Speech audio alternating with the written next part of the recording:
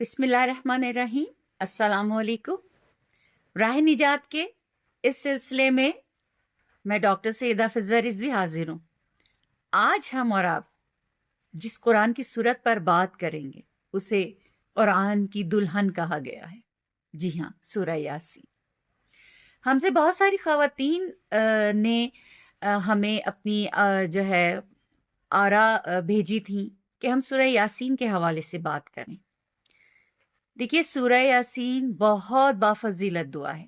हम तो इस महदूद वक़्त में आपसे कुरान की इन सूरतों की बात कर रहे हैं, उनके फ़ज़ाइल बयान कर रहे हैं, वरना तो सुबह से शाम हो जाए और फ़ज़ीलत ही ना ख़त्म हो। ये इतनी बाफ़ज़ीलत कुरान की सूरा है, सूरह यासीन।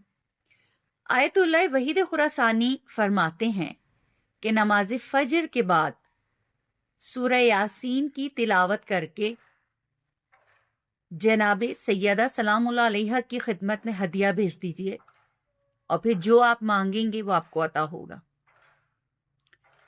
सूरह यासीन वो बाफजीलत सूरा है। कुरान की 114 सूरतें, खुदा ने हर सूरत पर एक फरिश्ता जो है मुकर्रर किया है, लेकिन रिवायात में मिलता है कि सूरह यासीन की हर आयत पर खुदा ने 100 और बाज़ रिवायत में हजार फरिश्तों को जो है उसके ऊपर तायनात किया है। तो सोचिए कि कितनी बाफजीलत सूरा है ये। इसे जब भी पढ़ें पाकीज़गी के साथ पढ़िए, ज़ाहिरी पाकीज़गी भी और बातनी पाकीज़गी भी। कोई भी चीज़ उस वक्त अमल करती है हम पर कि जब हम दोनों पाकीज़गी के साथ उस अमल को करते हैं। हम अक्सर ये कहते हैं कि हम तो बहुत अरसे से बहुत कुछ कर रहे हैं लेकिन हमें फ़ायदा नहीं हो रहा। तो नाउज़ुबिल्लाह वो उस सूरा का मामला नहीं है, वो आपका मामला है। तो आप अपने आप को खंगालिए, अपना मुहासबा कीजिए कि आपके अंदर तो कोई कमी नहीं है, बातिन की कमी तो नहीं है। अमूमन हम ज़ाहिरी पाकीज़गी का तो ख़्याल कर लेते हैं लेकिन हम अपने बातिन को पाकीज़ा नहीं करते। अपने बातिन से वो सारी रूहानी बीमारियां निकालिए, चाहे वो हसद है, चाहे वो बुग़्ज़ है, चाहे वो किना है, चाहे वो मुनाफ़िक़त है। दिल अल्लाह का घर है। इस दिल में सिर्फ़ अल्लाह को होना चाहिए और जिस दिल में अल्लाह होता है, फिर उस दिल में किसी चीज़ की गुंजाइश नहीं होती।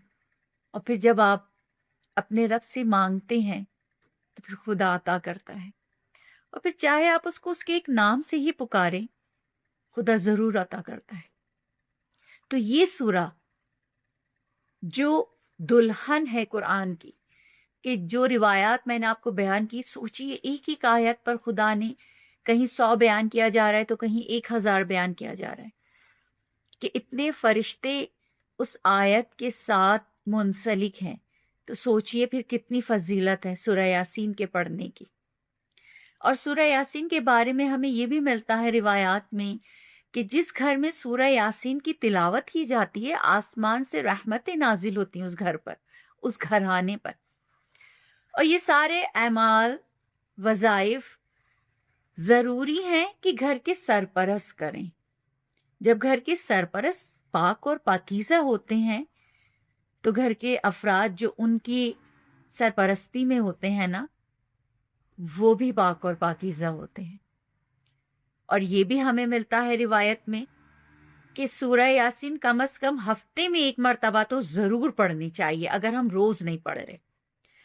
और तालिब इल्मों के लिए हुक्म है कि ज़रूर से सूरह यासीन पढ़ें तो उनको सबक जल्दी याद होगा। यानी अपने बच्चों को सूरह यासीन की ज़रूर से तिलावत की पाबंदी का कहिए, ख़ास करके जब इम्तिहानात का सीज़न आता है तो बच्चे हमारे बड़े बौखलाए हुए होते हैं, परेशान होते हैं। परेशान मत हों, आप मुंसलिक रहिए खुदा के इस कलाम से, खुदा के इस कलाम की मुख्तलिफ सूरतों से, जिसमें से सूरह यासीन सबसे अहम है। सूरह यासीन की तिलावत कीजिए, ये आपको कामयाबी भी दिलवाएगी इंशाअल्लाह, आपकी मेहनत रंग लाएगी। اور یہ سورہ یاسین کی ہر آیت اپنے اندر الگ الگ اسرار رکھتی ہے، الگ الگ اس کے اسرار ہیں اور اس کے فوائد ہیں۔ جیسے بعض روایات میں ملتا ہے کہ سورہ یاسین کی آیت نمبر 68 پڑھنے سے گھر سے غربت دور ہوتی ہے، فقر و فاقہ دور ہوتا ہے اس آیت کی تلاوت کرنے سے۔ یعنی کہ پروردگار عالم اس گھر میں خیر و برکت نازل کرتا ہے۔ آپ جو محنت کر رہے ہیں خدا آپ کو اس کا اجر دے گا، خدا آپ کو اس محنت کا صلہ دے گا۔ اس سے مراد یہ ہوتی ہے ہم کچھ نہ کریں، ہاتھ پہ ہاتھ رکھ کر بیٹھے رہیں اور قرآن کی سورہ کی آیت کی تلاوت کرتے رہیں کہ خدا میرے گھر سے غربت کو دور کرے گا، تو یہ تو انتہائی بے وقوفی ہے۔ آپ محنت کیجئے، ہم محنت کریں، جستجو کریں اور پھر دعا مانگیں تو پھر وہ کارآمد ہوتی ہے۔ اور پھر مزید آگے ہمیں روایات میں ملتا ہے کہ اس کی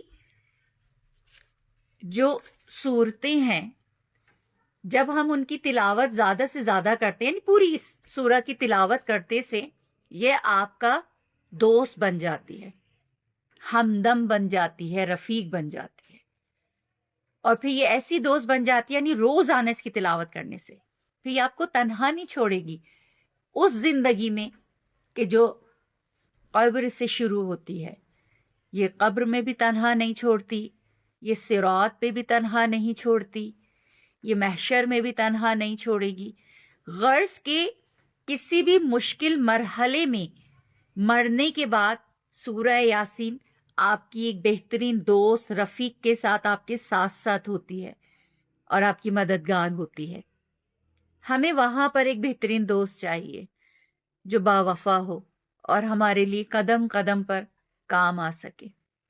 تو سورہ یاسین پڑھیں اور اسی عقیدے کے ساتھ پڑھیں۔ اور بعض روایت میں ہمیں یہ بھی ملتا ہے کہ سورہ یاسین کو جناب امام تقی الجواد علیہ السلام کو ہدیہ کریں، یہ جوانوں کے لیے خاص تاکید کی گئی ہے۔ تو پھر ہمیں یہ بھی روایت ملتی ہے کہ آپ ایک بار سورہ یاسین پڑھیں اور اس کو جناب سیدہ سلام اللہ علیہا کو بھی اور امام تقی الجواد کو بھی ہدیہ کیجیے اور پھر اپنی حاجات مانگیے، تو پروردگار آپ کی حاجات کو قبول کرے گا۔ اور پھر ہمیں اس کی جو آیت ہے 73، آیت نمبر 73، یہ بھی اپنے اندر بہت اثر رکھتی ہے۔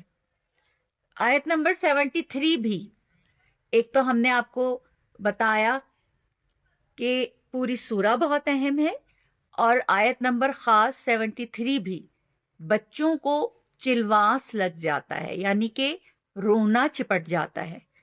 تو خالص آیت کی بھی 14 مرتبہ تلاوت کر کے بچے پہ دم کریں، یا پھر باوضو ہو کر پاکیزہ کاغذ پر قلم سے سورہ اس آیت نمبر 73 کو لکھیے، سورہ یاسین کی، اور وہ تعویذ بنا کر بچے کے گلے میں ڈال دیں یا بازو پر باندھ دیں، تو بچے کا جو رونا ہے وہ فوراً ختم ہو جائے گا۔ کیونکہ بعض بچوں کا رونا ایسا ہوتا ہے جس سے بچوں کو دبلے پن کی بیماری لگ جاتی ہے، تو یہ اس بیماری کے لیے بھی ہے، آیت نمبر 73۔ پھر گھر میں مہر و محبت کے لیے آیت نمبر 37 کی بہت فضیلت ہے کہ اس کی تلاوت کیجئے 30 بار۔